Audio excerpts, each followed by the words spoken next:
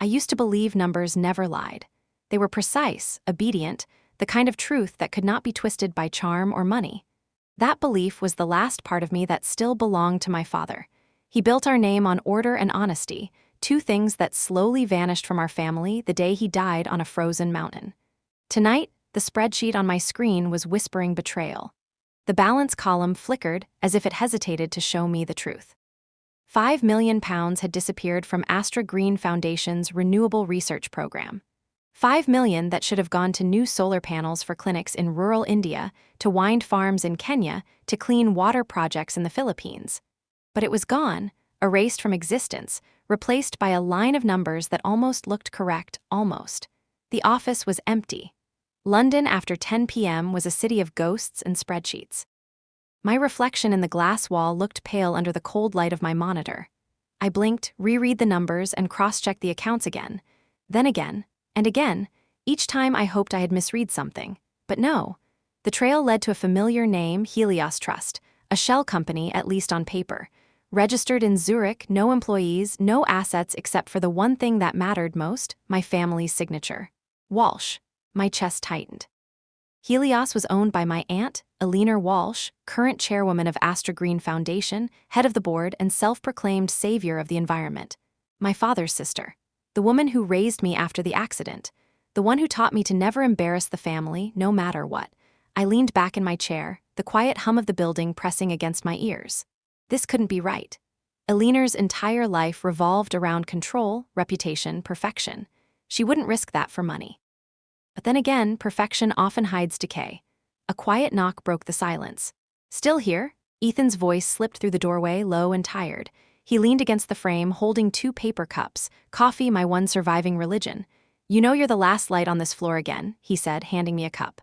"I found something," I whispered. He frowned. "Something as in oops, a decimal point, or something as in someone in trouble?" I turned my screen toward him. £5 million in transfers. Helios Trust, look at the authorizations. He moved closer, scanning the data. All approved by the board. All signed by her. His eyes met mine, understanding instantly who I meant. "Eleanor," I nodded. Ethan exhaled. "Jesus, Livia." I checked twice, 3 times, it's real. He set his cup down, straightened, the humor gone from his face. "You need to be careful. That's not just anyone. That's the woman who practically runs half the environmental sector."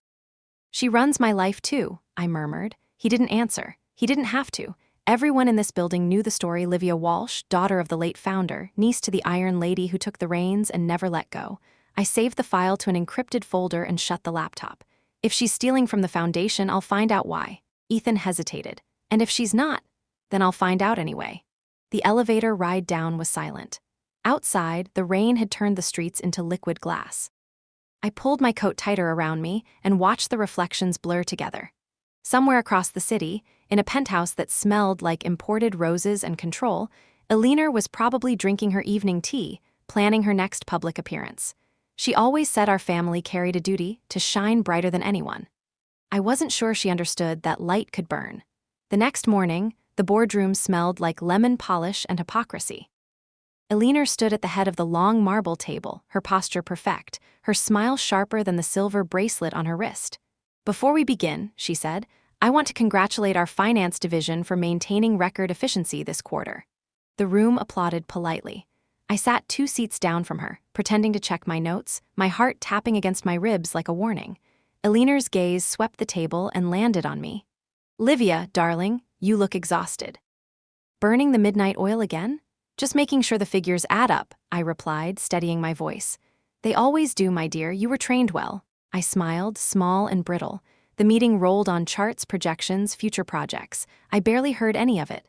My focus was on the way she tapped her pen each time a new budget category came up. Tap, pause, tap, like a coded rhythm only she understood. When the meeting ended, she called me over with that voice she reserved for family matters disguised as compliments. "Livia, walk with me." We moved through the hallway lined with photographs of smiling children holding solar lamps, her favorite propaganda. "You've done well here," she said. "Your father would be proud."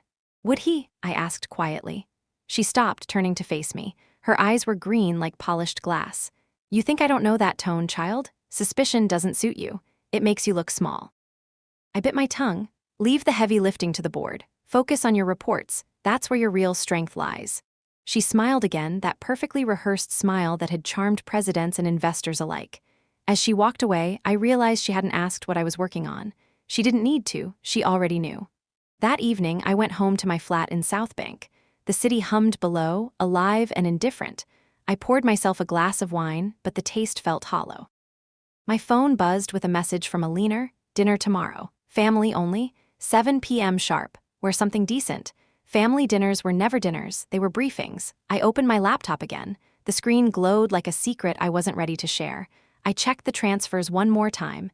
Each payment was approved under Project Solar Legacy. A new initiative, unannounced, not listed in our quarterly report. Helios Trust was listed as the research partner. I opened another tab, searching the company registry. The director's name appeared, Eleanor Walsh, and beneath it a secondary signatory, Adriana Walsh, my cousin.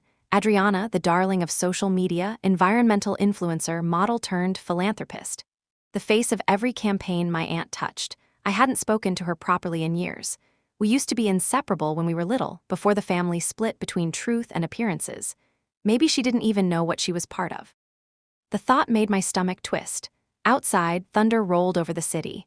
Dinner the next night was at Eleanor's townhouse in Chelsea, the kind of place that screamed old money, new polish. The dining room glittered with crystal and conversation. Eleanor at the head, Adriana on her right, and me strategically placed across from both of them. "Livia," Adriana chirped, her voice warm but rehearsed. "You look radiant. Work keeping you busy?" "Always." Eleanor lifted her wine glass. "Astra's success depends on people like you, dear. Numbers may not make headlines, but they keep the lights on." Her eyes lingered just long enough to remind me she controlled those lights. I forced a smile. "Speaking of headlines, I noticed something about Project Solar Legacy. It's not on the quarterly brief. Is it still under review?" Adriana froze mid-sip. Eleanor didn't. She set her glass down with deliberate grace. "It's a pilot initiative," she said. "Preliminary stage. You'll see the reports when it's finalized." "Of course," I said, trying to sound casual. "Just making sure the documentation matches. Wouldn't want auditors asking awkward questions." The air shifted. Adriana looked between us, confused. Eleanor's lips curved, almost affectionately. "You've inherited your father's obsession with details," she said softly. "A gift and a curse." Dinner continued, full of laughter that didn't reach the eyes. I picked at my food, feeling like an intruder at a masquerade. Every compliment felt like a warning, every smile a trap. When it ended, Eleanor kissed my cheek. "Remember, darling, loyalty is the strongest form of intelligence." Her perfume lingered long after she was gone. I walked out into the cold air and exhaled the breath I'd been holding all evening. For the first time, I didn't just suspect she was hiding something. I knew it. Back in my apartment, I opened my encrypted folder again. The transfers, the authorizations, the signatures, they all pointed to her. But what unsettled me most wasn't the money. It was the name of the project itself, Solar Legacy. Legacy. It was the same word engraved on my father's memorial plaque. Was she mocking him, or claiming what he built? I didn't know yet, but I intended to find out. As the clock struck midnight, I opened a blank document and began to write. Operation Helios. The name made my pulse quicken. For years I'd been the quiet one, the obedient one, the number keeper. But this was the first spark of defiance, and I could already feel it catching fire. The next morning, sunlight flooded my apartment like it had something to prove. I had barely slept, my mind replaying Eleanor's voice over and over. "Loyalty is the strongest form of intelligence." That phrase had followed me since childhood, whispered before every competition, every interview, every time I dared to question her rules. Loyalty, in our family, that word never meant trust. It meant silence. I dressed mechanically, made coffee I didn't drink, and took the train to the office. My reflection in the window looked like someone else, calm on the outside, trembling beneath. When I arrived, Ethan was already there. He looked like he hadn't slept either. "Morning," he said, sliding a stack of papers across my desk. "Found something you should see." He had traced Helios Trust through multiple intermediaries, each one more suspicious than the last. The final destination of the funds? A private holding account in Monaco, under the same address as a luxury villa registered to Adriana Walsh. I stared at the paper until the numbers blurred. "She's using her own cousin as a front." "Or Adriana doesn't know," Ethan said. "Either way, it's messy." He leaned closer. "Livia, are you sure you want to go further with this? We're talking about going against your family, your boss. Half the board owes her their careers."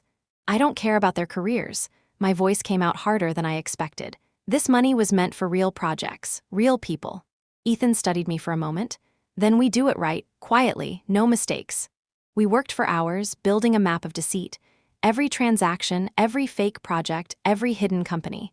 The pattern was too deliberate to be accidental. At one point, I paused, staring at a photo pinned to the corner of my monitor, a faded picture of my father holding a small solar panel, smiling like the world could still be saved. He used to say, "Truth is the only renewable resource we have left."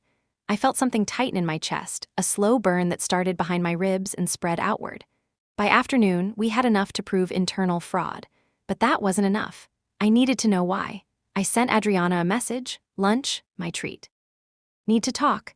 She arrived 20 minutes late at a cafe in Covent Garden, all effortless grace and immaculate hair. The kind of beauty that seemed born under a spotlight. "Livia," she said, leaning in for a kiss on both cheeks. "You're alive. I was starting to think you married your spreadsheets."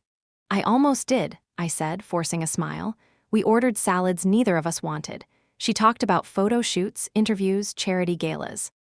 Her voice was light, but her eyes darted every few seconds, checking her phone. When she finally asked, "So what did you want to talk about?" I hesitated. "Solar legacy," I said, her smile froze. "Ah, that. You're listed as co-director." "Yes," Mother insisted, "something about public image." "Do you know what it actually is?" "An investment program," she said too quickly. "Green bonds or whatever. You know how she is with jargon." £5 million went missing. Her fork clattered against the plate. "What?" "From Astra's main account. It was transferred to Helios Trust, then to your property fund." She blinked once, twice. "Livia, I don't even have access to that account. Mother handles everything." "Then she's using your name?" Adriana's voice dropped to a whisper. "Why are you telling me this?" "Because you deserve to know, and because if this explodes, you'll go down with her." She looked at me for a long time, the bravado slipping away. "You think she'd do that to me?" "I think she already has." Her phone buzzed. She glanced at the screen, her expression tightening. "Speak of the devil," she murmured. "Elinor," she nodded. "She knows I'm with you." My stomach dropped. "How?" Adriana gave a hollow laugh. "She knows everything." By the time I returned to the office, Elinor was waiting. She stood by the window, back to the door, her reflection sharp against the city skyline. "Close the door, Livia." I obeyed. "Did you enjoy lunch?" she asked. "I did. Good, it's nice that you and Adriana still have each other." She turned, her tone calm but her eyes cold. "Family should stay close. It makes misunderstandings easier to handle." "I don't think we're misunderstanding anything," I said carefully. "Then perhaps you should enlighten me." Her calmness was worse than anger. It meant she was already several steps ahead. I placed the printed transfer records on her desk. £5 million. From Astra's Renewable Research Fund to Helios Trust, then to Adriana's property account. You signed the authorizations. She didn't even look at the papers. And that's embezzlement, Elinor." "No, dear, that's strategy." I felt my pulse spike. "You're stealing from the foundation." "I'm reallocating resources. The research you worship so much costs money. Influence keeps the money flowing. You think the world changes because people care? No, it changes because people pay. I'm making sure they keep paying." "That's not what Astra stands for." "Astra stands for survival. Your father was a dreamer, I'm a realist." For a second, I couldn't speak. The way she said your father sounded like a weakness, not a memory. "You're destroying what he built," I whispered. Elinor stepped closer, her perfume sharp as steel. "Don't lecture me about ideals. You have no idea what it takes to keep this machine running." She smiled, almost kind. "Delete whatever you think you found. I'll forget this conversation ever happened." "I can't do that." "Then consider this your resignation." I swallowed hard. "You can't fire me." "Oh, Livia," her voice softened. "Of course I can." She walked to the door, opened it, and gestured gracefully. "Enjoy the rest of your day." I walked past her, my body trembling, my mind already spinning. Outside, Ethan caught my eye. "What happened?" "She knows." "Then we're out of time." That night, I couldn't sleep. Rain hammered against the window, relentless and rhythmic.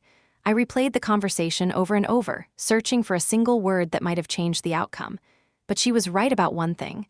I had no idea what it took to keep this machine running, because I'd never tried to burn it down. I sat at my desk, opened a new document, and began to write again. This time, not a report. A plan. Step 1, back up every file. Step 2, trace the remaining shell companies. Step 3, find out what really happened to my father. The thought came uninvited, like a spark in dry air. Elinor had taken control of Astra the same month he died. His accident had never made sense, an expert climber, lost in perfect weather, no witnesses. I'd buried my doubts for years out of loyalty. Now loyalty felt like poison. I leaned back, staring at the ceiling, listening to the storm outside. For the first time in my life, I wasn't afraid of Alina Walsh. I was angry. Truly, deeply angry. Not because she betrayed the foundation, but because she had stolen something that wasn't hers, my father's legacy, my family's name, my faith in what we were supposed to stand for. The kind of anger that doesn't fade. The kind that waits. Somewhere deep inside, something clicked into place. I wasn't just going to expose her. I was going to take back everything she'd built on lies, not out of vengeance, out of justice, out of love for the man who believed truth could save the world. And maybe, out of love for the part of me that still wanted to believe it too, I looked at my reflection in the dark window. You wanted loyalty, I whispered. You'll have it. But it would be loyalty to the truth. The quiet spark had become fire, and I had no intention of putting it out. The first time I realized corruption wasn't just about money was the day I met Dr. Malik again. He had been my father's friend, a quiet man who used to visit our home with notebooks full of sketches and formulas that made no sense to a child. He always brought sweets for me, the kind that stuck to your fingers and smelled faintly of citrus. Now he stood in the lobby of Astra Green Foundation, thin as paper, a folder clutched to his chest. The lines on his face looked carved by disappointment. "Livia," he said softly when he saw me. "You look just like him." I almost forgot to breathe. "Dr. Malik, it's been years. What are you doing here?" "I came to appeal. They terminated my grant, no explanation. The lab's equipment has been sealed." His voice trembled, polite yet desperate. We were weeks away from publishing the new prototype. It could have powered entire villages. My throat tightened. "You didn't get any notice?"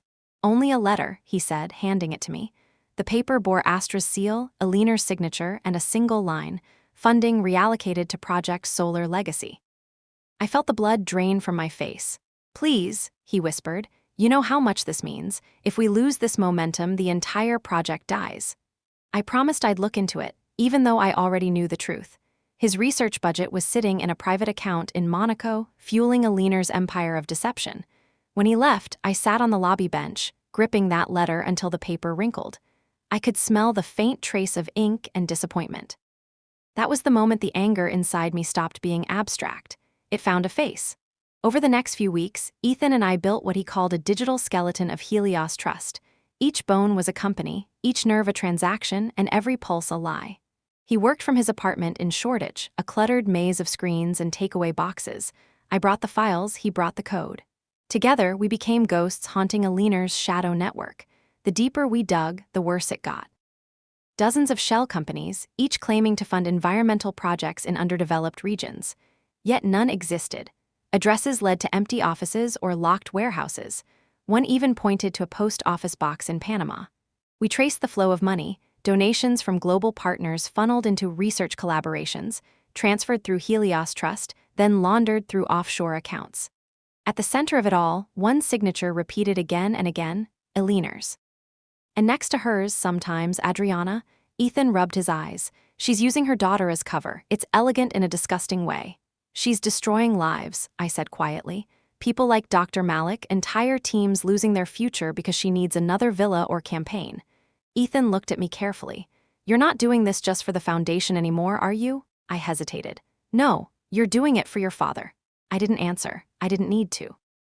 2 nights later, I attended one of Alina's networking events, a glittering rooftop party disguised as philanthropy. She believed charity only worked if it looked expensive. I wore the same navy dress she once told me made me look appropriately invisible. The air smelled of champagne and polished lies. Alina floated from guest to guest, her laughter timed like music. Adriana stood beside her, a living ornament in silver silk, smiling for cameras that never stopped flashing.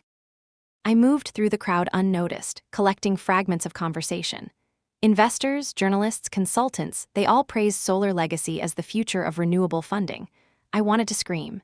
Instead, I smiled and nodded, pretending to admire the projected models of future solar farms.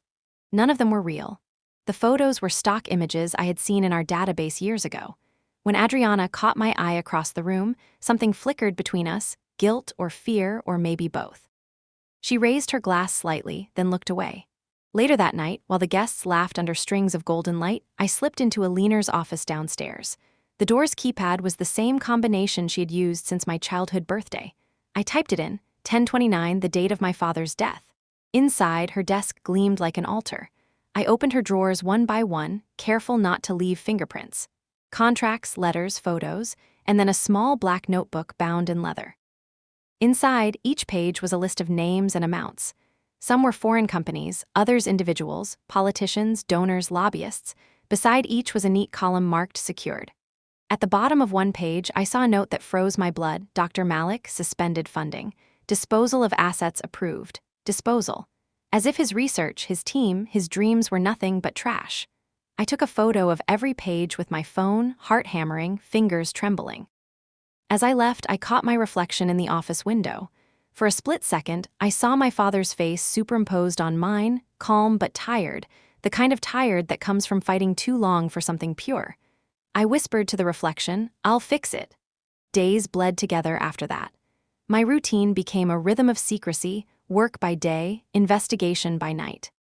I memorized the sound of footsteps in hallways, the pattern of security patrols, the exact second the elevator cameras reset their loop. Ethan warned me I was pushing too hard. "If she catches you, you're finished." "She already tried to fire me," I said. "What's left to lose?" He looked at me, expression unreadable. "You sound like someone who's already decided how this ends." I wanted to tell him I didn't know how it ended, that I was terrified, but I couldn't. Words felt useless against the storm building inside me. Then came the news that shattered what was left of my restraint. Dr. Malik had suffered a heart attack.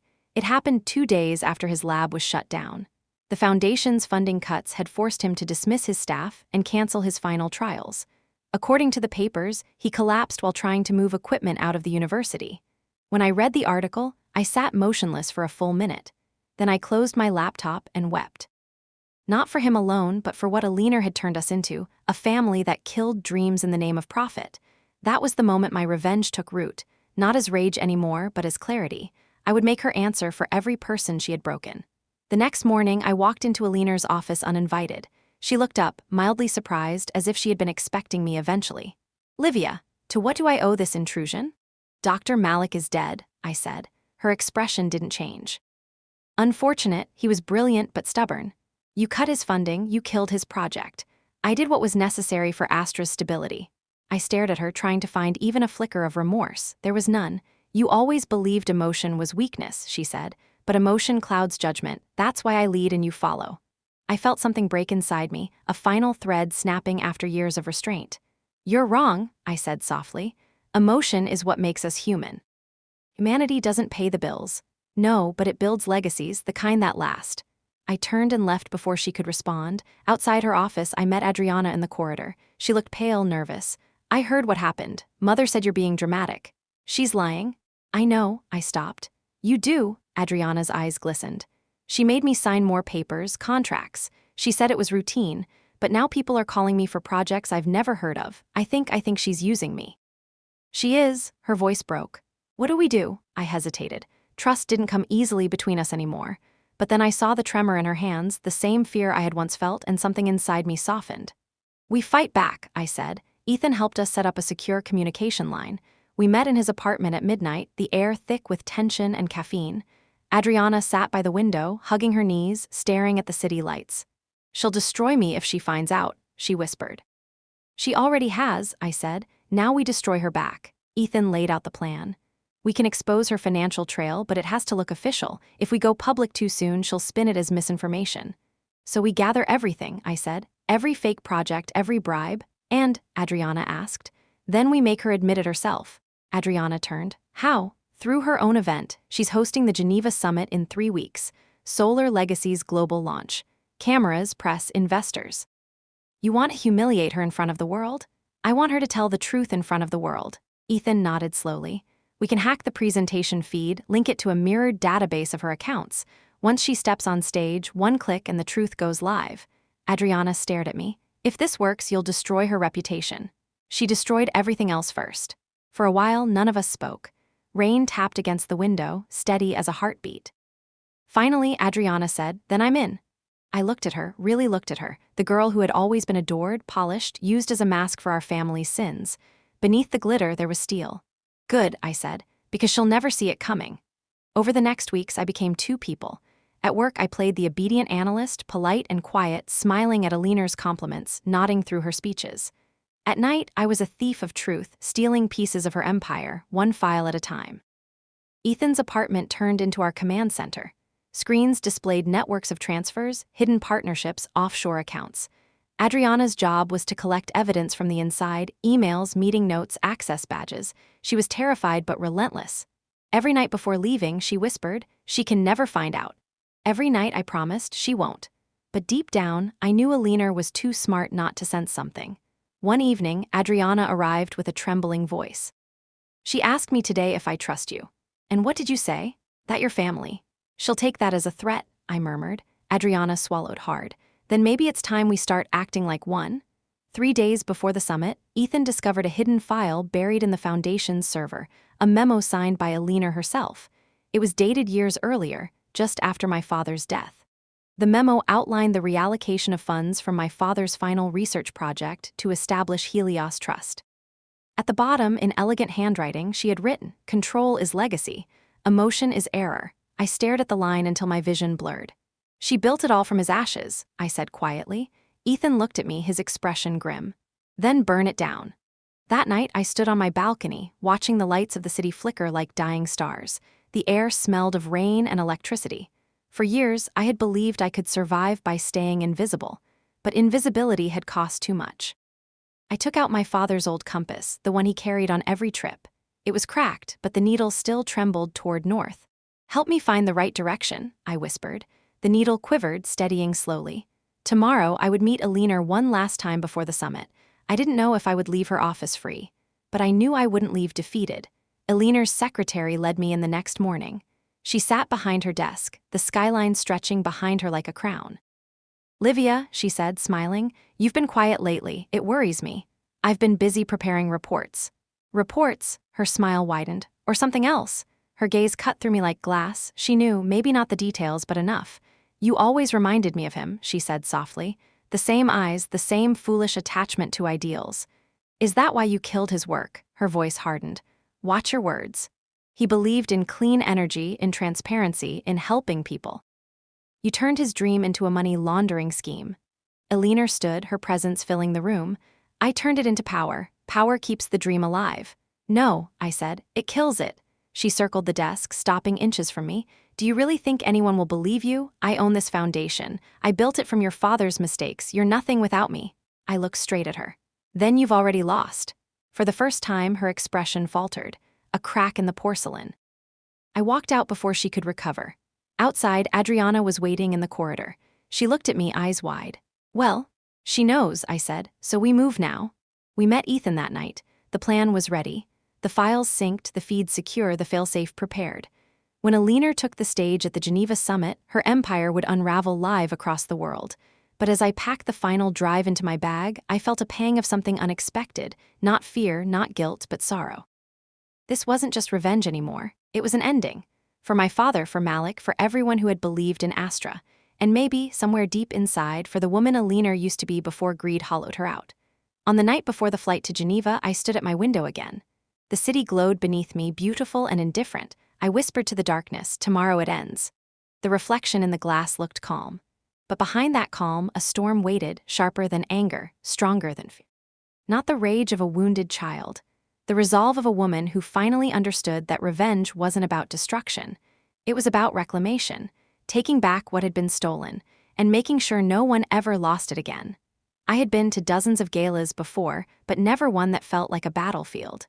The Geneva summit was supposed to be the highlight of Astra Green Foundation's year, a celebration of progress and philanthropy. To me, it looked like a cathedral built to worship deceit. The hotel lobby shimmered with chandeliers and designer gowns. Waiters floated through the crowd with trays of champagne that caught the light like liquid gold. Cameras flashed, laughter rippled, and every smile felt rehearsed. Alina stood at the center of it all. Even from across the hall, I could feel her presence like gravity. She wore a gown the color of molten silver and a diamond pin shaped like a sun on her collar. Around her, donors circled like planets, drawn by the warmth of her charm. Adriana was beside her, radiant in a pale emerald dress that clung to her like light itself. You would never know that her hands were trembling inside the folds of the fabric. I touched the small earpiece hidden behind my hair. Ethan's voice came softly. Signal is stable, all cameras online. Once she starts her speech, I'll be ready. Copy, I whispered. My throat was dry. Guests murmured around me in a dozen languages. I recognized ministers, CEOs, celebrities. It was a global theater of influence, and Alina was its queen. The irony made my stomach twist. Adriana caught my gaze from across the room. For a moment, our eyes locked. She gave the slightest nod. The plan was simple in design but dangerous in execution. Once Alina began presenting Solar Legacy, Ethan would intercept the live feed, replacing her slides with the mirrored database of her embezzlement network. Adriana's cue was to keep the speech going long enough for the evidence to appear on every screen. My job was to distract Alina if she tried to stop it. The music softened. A voice announced from the stage, "Ladies and gentlemen, please welcome the visionary behind Solar Legacy, Chairwoman Alina Walsh." Applause erupted. Alina glided to the podium with her usual grace. Her smile was pure performance, a masterpiece honed through years of manipulation. "Friends," she began, "tonight marks a turning point not only for Astra Green Foundation, but for the future of sustainable energy." The room listened, enraptured. I could almost admire her confidence. Almost. In the control room, Ethan's fingers danced across his keyboard. 30 seconds until sync. I moved closer to the stage, pretending to take notes for the finance team. My heart beat so loudly I could feel it in my fingertips. Alina's speech flowed effortlessly, a mixture of science and seduction. "We stand at the dawn of a new era," she said. "Through Solar Legacy, we will empower communities, heal the planet, and secure a brighter tomorrow for generations to come." 5 seconds, I looked at Adriana. Her lips parted as she prepared for her cue. Then she stepped forward, smiling at the audience. "And now," she said, "I have the honor of sharing with you the vision behind the legacy itself." Ethan whispered, "Now." The main screen flickered. For a brief moment, nothing happened. Then lines of text appeared, one after another: company names, account numbers, transfer logs. The foundation's secrets unfolded before the crowd in brutal clarity. A murmur swept through the room like wind through dry leaves. Alina froze. She turned sharply toward the screen, her smile faltering for the first time. I saw the exact second she realized what was happening. Her composure cracked, just enough for panic to show in her eyes. "Ethan, lock it," I whispered. "Already done. Backup streaming to press cloud. They can't shut it down." The screen changed again. Photographs now, villa deeds, bank statements, offshore documentation, every dirty detail we had uncovered. Gasps filled the air. Alina's microphone squealed as she tried to speak. "There has been a technical malfunction. Please remain calm." The audience wasn't listening. Phones were already out, recording, streaming. Reporters whispered into headsets. Investors stared at their screens, jaws slack. Adriana stood perfectly still beside her mother, expression unreadable. Alina reached for her arm, but Adriana pulled away. "Don't," she said softly into the mic, and the sound carried across the entire hall. Alina turned toward her, eyes blazing. "You don't understand what you've done." "I understand perfectly," Adriana said. Her voice trembled but didn't break. "You've been stealing from the foundation, from the people who trusted you." "Foolish girl," Alina hissed, forgetting the microphones were still live. "Do you think this will make them love you? They'll destroy you for this." Adriana looked out over the crowd. "They deserve to know the truth." The room erupted in chaos. Security guards moved toward the stage. I stepped forward, intercepting them. "She's not a threat," I said, blocking their path. My voice was steadier than I expected.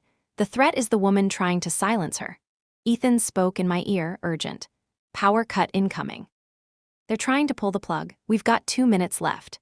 "Keep it alive," I said. He laughed under his breath. "You owe me dinner for this." On the screen, the final piece of evidence appeared, Alina's personal authorization for transferring charity funds into Helios Trust. The signature glowed larger than life, her name beneath my father's foundation logo, the perfect symbol of betrayal. Reporters shouted questions. Cameras flashed. Alina's control evaporated. She turned toward me, her voice rising. "You did this?" I met her gaze. "No, you did."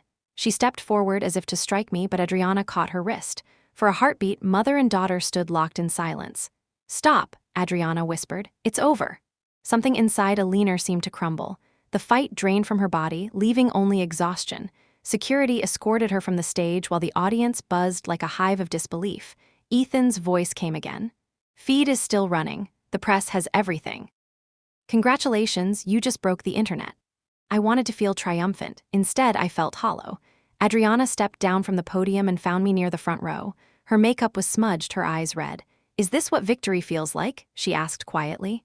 "Not yet," I said, "but it will be." Outside, the night air was sharp and cold. Sirens wailed in the distance, echoing through the streets of Geneva. Reporters swarmed the entrance, shouting questions in every language. We slipped through a side door into the alley, hearts pounding.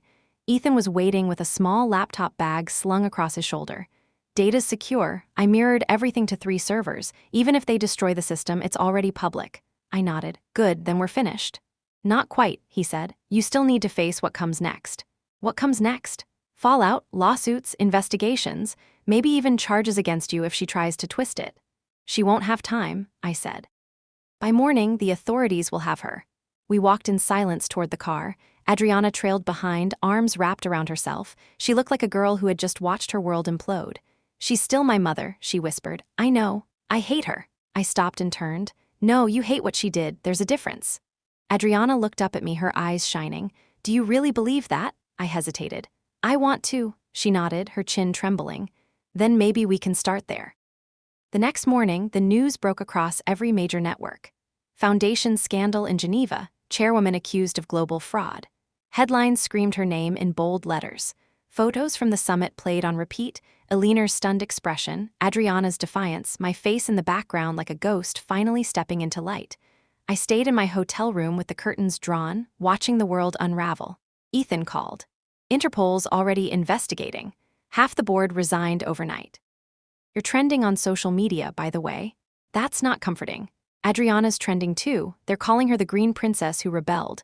I let out a humorless laugh. "She'll love that." There was a pause on the line. Then Ethan said, "You did the right thing, Livia." "Then why doesn't it feel like it?" "Because right things rarely feel good at first." I hung up and sat in silence.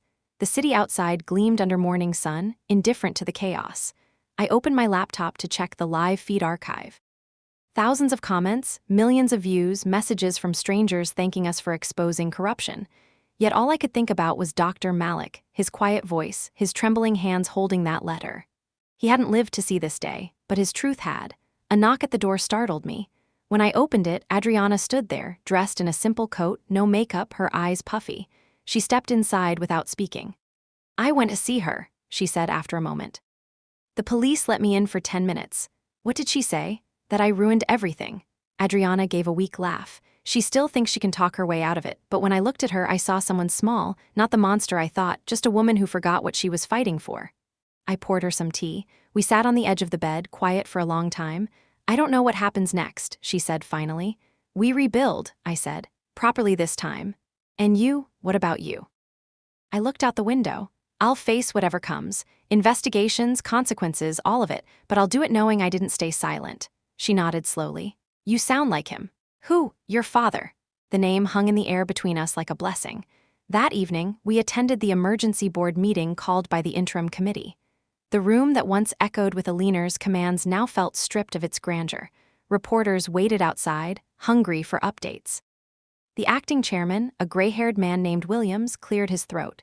"Ms. Walsh, Ms. Adriana Walsh, we appreciate your cooperation. The evidence you provided was instrumental in uncovering the misuse of funds." "What happens now?" I asked. "Investigations will continue, but Astra cannot fall. The world still needs what this foundation stands for." Adriana's voice was soft but steady. "Then let it finally stand for something true." The board members exchanged glances. One of them turned to me. "Would you consider overseeing the audit process?" "I'll do it," I said, surprised at my own certainty. "But only if it's fully transparent. Every donation, every expense, public access." Williams nodded. "Agreed." As the meeting ended, I felt something unfamiliar settle inside me, not peace exactly, but the faint outline of it. The storm had passed, leaving behind ruins and possibility. Outside, the night was clear. Geneva's lake shimmered under the moon. Adriana and I stood by the water, the reflection of city lights rippling at our feet. "Do you ever think he'd be proud of us?" she asked. "I think he'd say it took us long enough." She smiled faintly. "So this is what revenge looks like." "No," I said. "This is what healing starts to look like." She leaned her head against my shoulder, and for the first time in years, I didn't flinch. The air smelled of rain and freedom. Behind us, the foundation's banners fluttered in the wind, still bearing the old slogan, "Lighting the Future." Maybe soon it would finally mean something. I closed my eyes, feeling the pulse of the city beneath my feet, the quiet rhythm of hope beginning to return. For the first time in my life, I wasn't living under Aliner's shadow. I was standing in my own light, and I intended to keep it burning. The first 48 hours after Geneva felt like living inside a storm made of glass. Everywhere I turned, something was cracking. The news played on every screen, my name flashing in headlines I never wanted to see. Some called me a whistleblower, others called me a traitor. Aliner Walsh's empire had fallen, but the pieces of it still cut in every direction. By the third day, I stopped answering messages. My inbox was overflowing, reporters, lawyers, distant relatives suddenly remembering my number. Even the people who congratulated me wanted a soundbite, a quote, a reaction. I had none left to give. Ethan tried to convince me to leave the city for a while, but I couldn't. I needed to stay close to the wreckage to make sure it didn't swallow the innocent along with the guilty. Then the threats started. They arrived quietly at first, anonymous emails, cryptic texts. You think you're clean? Wait until the truth comes for you. I ignored them, but the messages grew darker, more personal. Someone leaked my address online. For 2 nights, a black car sat parked across the street from my flat, engine idling, never moving. Ethan installed a camera by my door and changed my passwords. She's still fighting, he said, even from custody. I expected that. What I didn't expect, he said, is that half the board would try to protect her. They're claiming she was framed, that the data could have been forged. I felt the air go cold around me. They're blaming me? Some of them, the press is split. Half think you're a hero, the rest think you had your own agenda. Do they really believe that? He shrugged. People believe what fits their comfort. You made them uncomfortable. That night I couldn't sleep. I sat by the window watching the car disappear and return again at dawn. Inside it, I could almost see her silhouette, impossible but haunting. Aliner had always been a presence more than a person, and even behind bars, her presence lingered. By the 4th day, the police came with questions. They asked about files, about my methods, about whether I had illegally accessed encrypted systems. I told them the truth. I had, but I also told them why. One of the officers, a woman with tired eyes, said quietly, "You may have saved a lot of people, Miss Walsh, but the law doesn't always reward saviors." I signed my statement anyway. Adriana tried to keep busy, meeting with lawyers and board members, doing interviews where she smiled politely and said words like accountability and reform. On camera, she looked radiant, a symbol of rebirth. Off camera, she was unraveling. One night she came to my flat, her mascara smeared, her hands shaking. "They froze all my accounts," she said. "Everything I owned is under investigation. They think I knew." "You didn't. Tell that to the auditors." She sat on my couch and stared at nothing. She called me again from the detention center. My stomach clenched. What did she say? She said she forgave me. I frowned. "Forgave you?" "Yes." Laugh cracked halfway through. She actually said, "I understand why you did it, dear, but one day you'll realize loyalty matters more than justice." The words hit me like ice. "That's not forgiveness," I said. "That's control." Adriana nodded weakly. "I know, but part of me still wanted to believe her." We sat in silence, the city humming beyond the windows. After a while, she whispered, "Do you ever miss her?" I wanted to say no. I wanted to sound sure. But the truth caught in my throat. "Sometimes, I miss who I thought she was." Adriana closed her eyes. "Me too." The next blow came quietly, wrapped in the calm voice of an investigator. "Miss Walsh, we've discovered inconsistencies in your data submission," he said over the phone. "It appears that portions of the financial evidence were acquired through unauthorized channels that may compromise your standing as a witness." I froze. Unauthorized how? The mirrored data came from a breach in the Foundation's private servers. "If you collaborated with anyone outside the organization, we'll need their names." They wanted Ethan. "I acted alone," I lied. The silence on the other end stretched. Then the investigator said, "Be careful, Miss Walsh. People who expose corruption often end up painted with the same brush." After he hung up, I felt the first flicker of doubt. I had built my case on justice, but justice had no patience for methods. In their eyes, right and wrong blurred at the edges. Ethan arrived that evening, his usual calm replaced by exhaustion. "They called me in too. They're trying to discredit us before the trial." "Who's behind it?" He gave a humorless laugh. "Who do you think? Her lawyers. She's orchestrating this from her cell. She's got influence, favors owed, people afraid." I leaned against the table, rubbing my temples. "If she manages to twist the narrative, everything we did will collapse. Then we fight back again." "How?" "By staying clean," he said. "No leaks, no retaliation. Let the truth hold." But the truth was slippery. Everyday news stories appeared online, claims that I had stolen funds myself, that Adriana had sabotaged her mother for inheritance, that the Geneva exposure was a corporate coup. Lies spread faster than evidence. I stopped reading the news after that. 2 weeks later, I received a letter from the prison. Elinor's handwriting was immaculate, each word carved like a weapon. My dearest Livia, you've always mistaken defiance for strength, but strength lies in endurance. I will endure this as I've endured everything. When they tire of you, when your fame fades and your allies disappear, you will remember who taught you to survive. Love, Elinor. I tore the letter in half but couldn't throw it away. It felt like she had found a way to sit in my apartment again, whispering poison disguised as wisdom. That night, I dreamed of her. She stood in a burning boardroom, untouched by the flames, smiling. "You can't kill a legacy," she said. "You can only inherit it." I woke drenched in sweat. The foundation offices reopened under new management. Adriana and I were asked to attend the first meeting to discuss rebuilding. The atmosphere was thick with unease. Many faces were missing, others replaced by younger staff who avoided eye contact. The acting chairman cleared his throat. "We appreciate your efforts in exposing the previous misconduct. However, we must also address the damage done to Astra's reputation." I felt the sting behind his polite tone. "Damage done by us, not her." He continued, "Donors are hesitant. We've lost several key partnerships. Rebuilding trust will take time." Adriana spoke softly. "Then let's start with transparency. Every project verified publicly, every report accessible." Some nodded. Others looked uncomfortable. One woman muttered, "You make it sound easy." I met her gaze. "It's not. But neither is deception. You just got used to it." The room fell silent. After the meeting, Adriana pulled me aside. "They're afraid," she said. "Good, fear means they still have something to lose." "Do you?" she asked quietly. The question caught me off guard. What did I have left to lose? My career was uncertain, my privacy gone, my family shattered. But somewhere underneath the rubble, something stubborn remained, my father's compass, pointing me back toward what mattered. "I have the truth," I said finally. "That's enough." 2 nights later, someone broke into my flat. It wasn't a robbery. Nothing was stolen, nothing touched except the photo of my father on my desk. The glass was shattered. Beside it lay a single envelope. Inside, a printed image of me leaving the foundation building, circled in red. No note, no signature, just the image. Ethan called the police, but I knew it was pointless. "She's sending a message," I said. "She's in prison. She's reminding me she doesn't need freedom to reach me." He looked at me, worry darkening his features. "You can still walk away from this, Livia." "No, if I stop now, she wins. She'll rewrite history from her cell and the world will let her." "Then what's your plan?" I didn't answer because I didn't have one yet. The next morning, Adriana called in tears. "They're reopening the case against me," she said. "New evidence suggests I approved transactions." "She forged them," I said. "I know, but I can't prove it." I dressed quickly and drove to her apartment. Reporters were camped outside, shouting questions as she opened the door. Inside, she looked small and broken, clutching a folder of legal notices. "I can't do this again," she whispered. "I can't live under her shadow even now." I took her hands.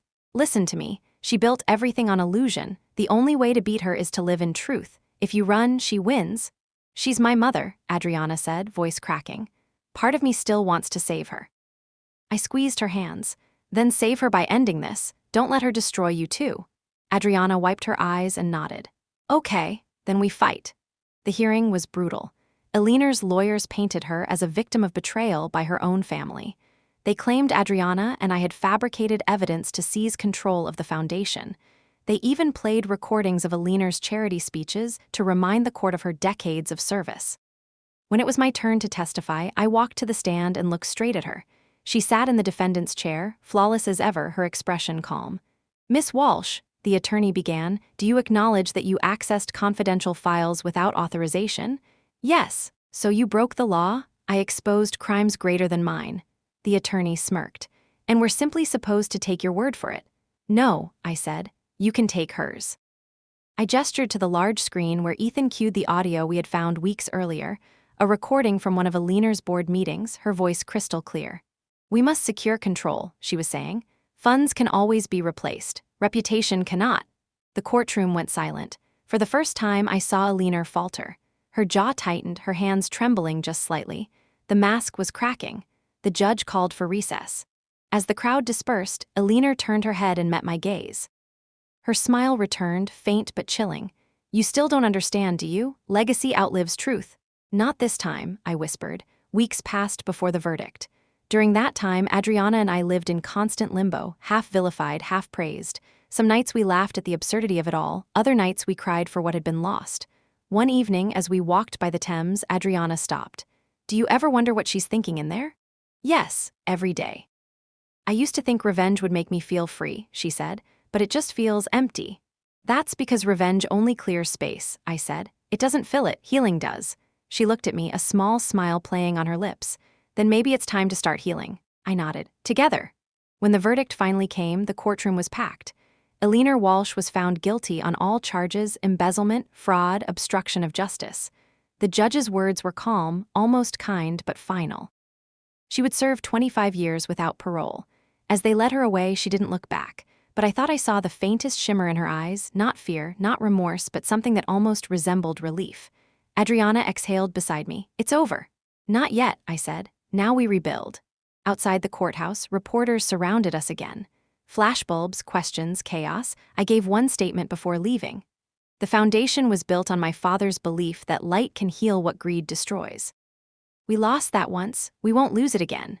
As I walked away, the sun broke through the clouds, flooding the street in warmth. For a fleeting second, I felt him beside me, the faint echo of his laughter in the wind.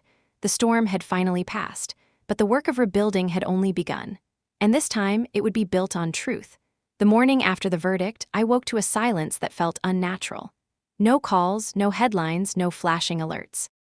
Just sunlight spilling across the sheets and the sound of the city breathing beyond my window. I should have felt relief, maybe even peace. Instead, I felt weightless in a way that made me uneasy, as if everything that had driven me for months had suddenly evaporated.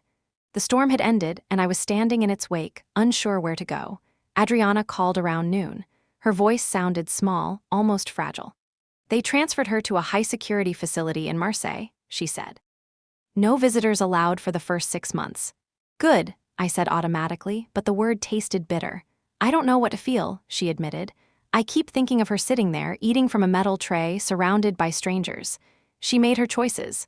I know, but so did we. That stayed with me long after we hung up. We had won, but victory had a strange flavor, part justice, part grief. I thought about the people who had suffered under Eleanor's corruption. Dr. Malik's team, the families of the workers whose contracts vanished, the students whose scholarships were canceled. Exposing her wasn't enough. I couldn't undo the damage, but maybe I could rebuild something better. I opened my laptop and stared at the Astra Foundation's new homepage. The board had asked me to oversee the audit, but the deeper I looked, the more I realized how hollow the structure was. Astra wasn't built to serve people anymore, it was built to sustain power. If I wanted to honor my father's dream, I had to start over from the ground up. That afternoon, I went to see Ethan. His apartment was cluttered as usual, wires, screens, half-empty coffee cups. He was staring at lines of code when I arrived. You're early, he said without looking up. I didn't sleep. Neither did I, he rubbed his temples. So what now? You going to rebuild Astra? I'm thinking about it. He sighed. You know the board will try to keep control. They'll smile, they'll praise you, then they'll quietly push you out once the headlines fade. Then I won't rebuild Astra under them. He finally looked up. What do you mean? I'll create something new, transparent, independent, a fund that actually belongs to the people it helps. He leaned back, studying me. You sound like him again. I hope so. Do you know how much work that'll take? Yes. And it's the first thing in months that doesn't feel like revenge. Ethan smiled faintly. Then you have my help. No secrets this time, though. None, I promised. He extended a hand, mock serious. Then consider this the founding meeting of whatever this is. I laughed softly and shook his hand. We'll think of a name later. Within a week, the plan started taking shape. We called it the Horizon Initiative. The idea was simple but radical.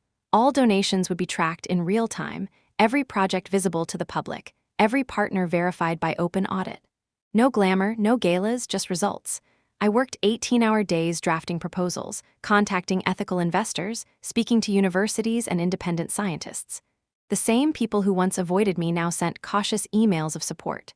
They saw in Horizon something Astra had lost, a conscience. But not everyone wanted me to succeed.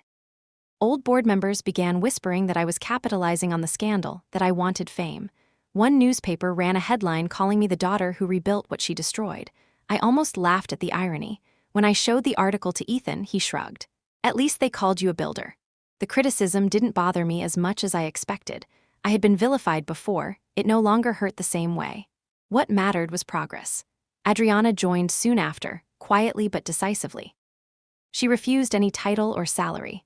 "I don't deserve leadership," she said, "but I can help make amends." She traveled across Europe, meeting local partners, convincing donors to redirect their funds to Horizon. Her name still carried weight, and she used it for good this time. Every time I saw her on a call, her voice firm and clear, I thought how far she had come from the girl who once trembled under a leaner's shadow. We set up our first project in Morocco, a solar-powered water purification system for desert villages. When the first pump came online, I watched the footage from my office. Children ran through the sand, laughing as clean water poured for the first time. I felt tears rise unexpectedly. It was small, almost nothing compared to the damage we'd undone, but it was a beginning. 3 months after the verdict, Elinor sent another letter. This time, it arrived through her lawyer. "To Livia, I see your new venture. The world loves redemption stories. Be careful, they love to tear them down even more. You can build 1,000 wells, but one mistake will drown you. Do not become me." I folded the letter and locked it away without replying. The irony wasn't lost on me. She was warning me not to turn into her, as if she finally saw her reflection clearly for the first time. Still, her words stuck. Every decision I made after that, I questioned twice. I demanded transparency not just from others but from myself. I refused gifts, refused shortcuts, refused the language of power she had loved so much. It was exhausting, but it felt honest. Ethan noticed my constant tension. One evening he said, "You're carrying this like punishment." "Maybe it is. You can't atone for her sins forever." I'm trying to make sure they stop with me." He smiled faintly. "That's not punishment, Livia, that's healing." The word lingered. Healing. It felt distant, almost unfamiliar. I had been so focused on justice that I'd forgotten justice was supposed to lead somewhere, to peace, to renewal. Maybe that was the real vow I had made, not just to expose the truth, but to restore what truth had broken. The press slowly shifted its tone. Articles began calling Horizon the child of fire, born from scandal but rebuilding hope. People donated, not out of pity, but out of belief. I traveled constantly, Kenya, Vietnam, Chile, meeting scientists, community leaders, volunteers. Everywhere I went, I carried my father's compass in my pocket. It reminded me that direction mattered more than distance. In Nairobi, an old engineer told me, "You can't fix the world, Miss Walsh, but you can tilt it a little toward the light." That night, sitting under a sky full of stars, I thought about Elinor. Somewhere behind prison walls, she was reading the same newspapers, watching me undo her legacy one honest act at a time. For the first time, I didn't feel hatred toward her. I felt something closer to pity. 6 months later, Horizon's first annual report went live, open to the public, audited by independent reviewers. We invited journalists to see the data in real time. The numbers spoke for themselves: 34 new projects, over 20,000 people with clean water, hundreds of jobs created. Adriana gave the opening speech. She spoke with grace and humility, acknowledging the past but focusing on the future. When she finished, she turned to me. "This was your vision," she said. "No," I replied. "It was ours." After the event, people came up to thank us, shake hands, offer partnerships. I smiled, answered politely, but part of me drifted to the memory of another stage, the gala in Geneva, the chaos, the humiliation. The symmetry of it all made my chest ache. Later that night, I stood on the balcony of the New Horizon office overlooking the river. The lights shimmered like constellations on the water. Ethan joined me with 2 cups of coffee. "You did it," he said simply. "We did it." "Do you ever miss the fight?" I thought about that. The adrenaline, the focus, the righteousness, it had been intoxicating, but it had also consumed me. "No," I said finally, "I don't miss the war, I just hope I never forget what it taught me." He nodded. "What did it teach you?" "That revenge isn't justice, and justice isn't enough without compassion." He smiled. "That sounds like something your father would have said." "Maybe," I said softly, "or maybe I finally learned how to listen." We watched the city in silence. For the first time, I felt something resembling peace. Not the kind that erases pain, but the kind that grows from it. The kind that says, "You survived, now build." A few days later, Adriana visited me with unexpected news. "The prison approved her request," she said. "She wants to see us." I froze. "Both of us?" She said she has something to give. My instinct was to refuse, but curiosity stirred. After everything, I needed to face her one last time, not as a daughter seeking approval, but as a woman who had finally chosen her own path. We traveled together to Marseille. The prison loomed gray against the horizon, surrounded by high fences and the sound of distant waves. Inside, the air smelled of metal and bleach. Elinor looked older, her hair streaked with silver, her eyes sharper than ever. She smiled faintly when she saw us. "You both look well," she said. "We're fine," I replied. "I've been following your progress. The Horizon Initiative, clever name. It's not about names." She studied me for a long time. "You're angry." "I'm tired," I said. "Anger served its purpose." Elinor nodded slowly. "Good. Anger burns out, legacy endures." Adriana leaned forward. "Why did you ask us here?" Elinor reached into her pocket and handed me a folded piece of paper. "Your father's last letter. I kept it." My hands trembled as I unfolded it. The paper was yellowed, the handwriting unmistakably his. "If you ever find yourself in darkness, Livia, remember this: the light you seek isn't ahead of you. It's within you. Protect it. Nurture it. Let it guide others." For the first time in years, tears came easily. I looked at Elinor. "Why did you keep this?" "Because I couldn't live by it," she said. "But maybe you can." There was no apology in her tone, but there was truth. Maybe that was enough. Adriana's voice broke the silence. "We forgive you," she said. Elinor's eyes softened, almost imperceptibly. "You shouldn't." "We're not doing it for you," I said. "We're doing it for us." She nodded once, slowly, as if conceding something she couldn't name. When we left the prison, the sky was overcast, but the air felt lighter. Adriana slipped her arm through mine. "Do you think she meant it?" "I think she finally saw herself," I said. "That's a start." We walked in silence toward the car, the sea stretching wide and endless before us. That night, back in London, I placed my father's letter beside the compass on my desk. I reread his words until they felt etched into me. "The light within you." I thought about all the times I had chased justice like it was something external, something to win. Maybe he had known all along that justice was just a path, and light was the destination. I looked out the window at the city that had seen everything: my downfall, my rise, my redemption. Somewhere out there, new projects were being built, new lives touched, new hopes born. I whispered a quiet promise to the night. No more vengeance, only light. The vow felt simple, but it carried everything I had learned: the pain, the loss, the truth, and the slow rebirth that followed. It wasn't an ending. It was a beginning, the kind my father would have believed in. And for the first time since the storm began, I finally believed in it too. The following months passed quietly, not with the noise of triumph, but with the calm rhythm of work, the kind that mends rather than breaks.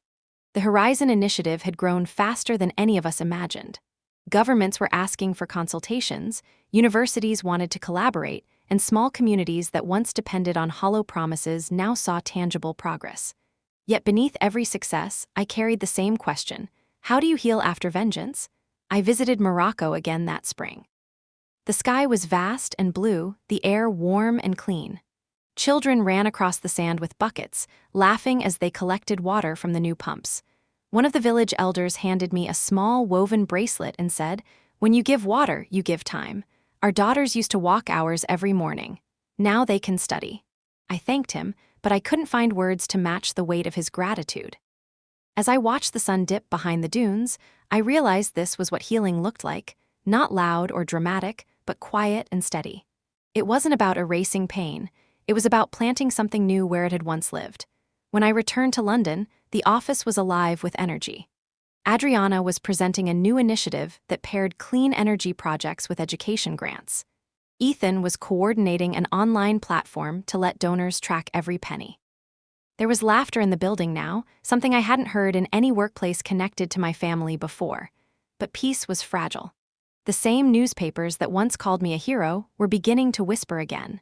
Some questioned whether Horizon's transparency was sustainable, others hinted that I had political ambitions. I ignored them at first, but one article struck too close. It called me the daughter who forgives too easily. It accused me of romanticizing redemption, of letting my mother's crimes fade too quickly. For 2 days I avoided reading it again, but the words lingered. Forgives too easily. Was that what I was doing? One night I walked by the Thames, the city glittering against the dark water. My reflection shimmered beneath the lights, and I thought of Elinor. Somewhere in that distant cell, she still existed, still breathing, still thinking. I had promised myself forgiveness, but I hadn't really lived it. I had moved on without looking back, pretending that healing meant forgetting. But healing was messier than that. I called Adriana the next morning. "I want to see her again," I said. She was quiet for a long moment. "Are you sure?" "I need to." We returned to Marseille 2 weeks later. The prison looked smaller this time, less menacing, almost ordinary. Elinor had aged visibly. Her hair was almost white, her hands thinner, her posture frail. When she saw us, she smiled, but the sharpness in her eyes had softened. "I wondered if you'd come back," she said. "We didn't plan to," I admitted. "But time changes things." She studied me. "You've done well. I've read about Horizon. You turned our disgrace into something pure." "It's not about redemption," I said. "It's about responsibility." Elinor nodded. "You always were more like him than me." I hesitated before speaking. "I forgave you," I said quietly. "But I don't know if I understand you." "You're not supposed to," she said, leaning back in her chair. "People like me don't make sense. We make mistakes too large to fit in words." "Why did you do it?" She smiled faintly. "Because control was easier than fear. After your father died, I realized how fragile everything was. I built walls out of power because I didn't know how to grieve." Her confession wasn't an excuse, but it felt like truth. I thought about how many times I had done the same thing, hiding behind purpose, refusing to feel. "Fear doesn't protect you," I said. "It just isolates you." Elinor looked at me for a long time. "Then you've already surpassed me." When we left, Adriana wept in the car. I didn't. My tears had long since dried into something quieter. I didn't feel victory or pity or even relief, just understanding. Maybe that was what forgiveness really was, the acceptance that pain could exist without needing revenge to justify it. That evening, I went for a walk alone by the harbor. The air smelled of salt and metal, and the sky blazed orange over the sea. I thought about my father's letter, about his words, "The light you seek isn't ahead of you. It's within you." Maybe he had known that one day I would stand here, stripped of everything but that small flicker of light. I breathed deeply, feeling the weight of everything begin to lift. Healing wasn't a destination, it was a rhythm. One breath, one step, one choice at a time. When I returned to London, life moved on. The Horizon Initiative opened new branches in South America and Southeast Asia. I spent less time managing and more time listening, to people, to silence, to myself. Ethan stayed on as Chief Technical Officer. He never liked titles, but he was the heart of our transparency system. Sometimes he'd joke that he was just there to keep me honest. Adriana took charge of community partnerships. She traveled constantly, her name once again associated with hope instead of scandal. Watching her grow into her own strength became one of my quiet joys. One afternoon, she returned from Kenya and handed me a small carved figurine. "A gift from one of the villages," she said. "They called it the woman who carries the sun." I smiled. "That sounds exhausting." She laughed. "You've been carrying it longer than anyone, Livia." I placed the figurine on my desk beside my father's compass. It felt right there, a symbol not of burden but of purpose. Months passed before another letter arrived from Elinor. This one was short. "I heard about your latest project. Clean energy for schools." He would have been proud. "I hope you finally are too." There was no manipulation, no veiled threat, just a simple acknowledgement. I folded it carefully and put it with my father's letter. The two voices that had defined my life now sat side by side, one that broke me, one that built me. Both had shaped who I became. That night, as I watched the lights of the city through the window, I realized something I hadn't before. Healing wasn't forgiving someone else. It was forgiving yourself for having carried the pain so long. I whispered it aloud, as if speaking it would make it real. "It's time to let it go." And for the first time, I believed it. A year after the verdict, we held the Horizon Summit in London. The hall was filled with scientists, activists, teachers, and community leaders from around the world. Adriana gave the keynote speech. Her words were simple: "Light belongs to everyone." When she finished, the audience rose to their feet. Cameras flashed, but this time they didn't make me flinch. The world wasn't watching for scandal anymore. It was watching for possibility. After the event, I stood on the terrace overlooking the Thames. The water shimmered under the moonlight, calm and endless. Ethan joined me, his hands in his pockets. "You ever think about what comes next?" he asked. "Always." "And I think healing doesn't end," I said. "It just changes shape." He smiled. "So what shape is it now?" I thought for a moment. "It's not revenge, not guilt, not even justice. It's kindness. Quiet, stubborn kindness." Ethan nodded. "That sounds like a good place to live." "It is." We watched the river flow beneath the bridge. Somewhere beyond the lights, I imagined my father standing beside me, his compass steady in his hand. For the first time since the day everything began, I wasn't haunted by ghosts. I was surrounded by the living, by laughter, by the fragile beauty of something rebuilt from ruins. I took a deep breath, feeling the air fill my lungs. The world was imperfect, but it was healing, just like me. And for the first time, I didn't need anything more. Spring returned to London with soft rain and tender light. The Horizon Initiative was no longer a fragile idea held together by hope. It was thriving, expanding into corners of the world I had only ever seen in photographs. The office buzzed with a quiet rhythm of purpose.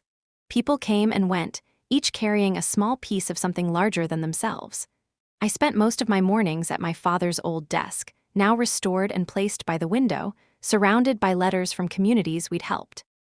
Sometimes I just sat there with coffee, reading the words of strangers who somehow felt like family. Every few weeks, we received updates from Marseille. Elinor's health was declining. The reports were formal, detached, but Adriana read between the lines. "She's fading," she said one day. Her voice carried neither joy nor sorrow, just the acceptance that some stories end slowly. I visited the prison alone that autumn. The air smelled faintly of rain and iron. When I entered the visitation room, Elinor was already there, a blanket over her knees, her hair cropped short. Her eyes were dimmer now, but they still carried that piercing intelligence that had once terrified me. "You came," she said softly. "I didn't know if I should." "You should. I think you need to see the end." I sat down across from her. "There's not much left to see," she smiled faintly. "That's what endings are for. They show us what survives." For a while, we said nothing. The silence between us felt different now, not heavy, but fragile, as if speaking too loudly would break it. "Do you regret it?" I asked finally. She looked out the window. "All of it? No. Pieces of it, yes. I regret losing him. I regret losing you. You didn't lose me, you broke me." "Sometimes breaking is the only way something new begins," she murmured. "You wouldn't have built Horizon if not for me." "That doesn't make it right." "No, but it makes it real." Her words settled into me, uncomfortable but true. Everything I had become, the strength, the clarity, the compassion, had grown out of the ruins she created. I didn't thank her, but I understood her. When I left, she reached for my hand. Her grip was weak, trembling. "He'd be proud," she said. "Not of me, of you." I squeezed her fingers lightly. "Then maybe that's enough." That was the last time I saw her alive. She passed away quietly 2 months later. The prison warden called me first. Adriana followed with tears that were more for the memory of a mother than for the woman herself. The funeral was small, private. We buried her next to my father, not because she deserved it, but because he would have wanted it that way. As the earth covered her grave, I realized the circle had closed. The war between us had ended not with victory, but with peace. Afterward, Adriana and I walked along the cemetery path lined with old oaks. She said softly, "Do you think she found redemption?" "Maybe not," I said, "but maybe she gave us the chance to." Adriana took my hand, and we walked on in silence, two survivors carrying both the scars and the light. Months passed. Horizon continued to grow, but my role began to change. I found myself stepping back, letting younger leaders take charge. I didn't want to become what Elinor had been, clinging to control out of fear of fading relevance. Instead, I spent my time visiting the people who had taught me what this journey truly meant. In Kenya, a woman named Amira took my hands and said, "You gave us electricity, but what you really gave us was dignity." In Chile, a teacher told me, "The panels you funded let us hold night classes. Adults who once worked all day can learn now. They call it the light of second chances." Everywhere I went, I found reflections of the life I had almost lost, the one filled not with power but with purpose. Ethan joined me on several trips. He traded his city suits for dusty boots and sunburnt cheeks. One evening in Morocco, we sat by the edge of a newly built solar field, watching the panels shimmer as the sun fell behind them. "You ever think this is what your father imagined?" he asked. I smiled. "I think he'd be surprised how far we had to fall to reach it." He laughed. "Maybe that's how the light gets in." We sat quietly after that, the air full of wind and memory. For the first time, I realized I wasn't chasing redemption anymore. I was living it. When I returned to London that winter, I found a letter waiting at my desk. It was from the Ministry of Development, inviting me to speak at an international summit on ethics in global funding. The irony wasn't lost on me. The last summit I attended had ended in scandal and ruin. Now, they wanted me to talk about integrity. I almost refused. But Ethan said, "Maybe this is your full circle." So I went. The hall in Geneva was the same, though time had softened its edges.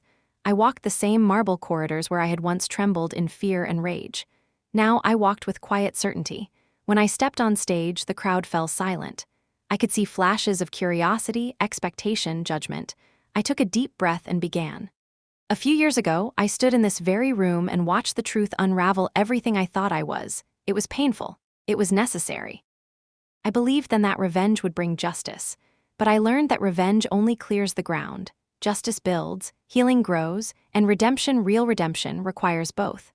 I told them about Horizon, about the people we served, about the lessons written in loss and forgiveness. I ended with my father's words. The light we seek isn't ahead of us, it's within us. Our duty isn't to chase it, but to share it. When I finished, the applause was soft at first, then grew, not thunderous but sincere. I looked out over the crowd and saw faces, not of power, but of possibility. As I stepped down from the stage, Adriana was waiting near the exit, smiling through tears. "You did it," she said. "No," I replied. "We did." Outside, the evening air was cool and clear. Geneva's lights shimmered across the lake, the same lights that once burned into my memory as a battlefield. Now they looked like lanterns leading the way forward. Ethan joined us, his hands in his pockets, his grin easy. "So, what's next, Director Walsh?" I laughed softly. "No more titles, just Livia." He raised an eyebrow. "Just Livia sounds like someone who finally found peace." "Maybe I did," I said, "or maybe I stopped needing to find it." We walked along the lakeside as the city hummed with quiet life. Somewhere beyond the horizon, the world kept turning, imperfect and beautiful. The ghosts had gone. The wounds had turned into maps. The light inside me was steady, no longer burning for war but glowing for creation. I glanced up at the stars, feeling my father's presence in the silence. I whispered one last promise, to him, to myself, to the world we were rebuilding. "No more darkness," I said. "Only the light we make." And as the wind carried those words across the water, I finally understood what it meant to be free.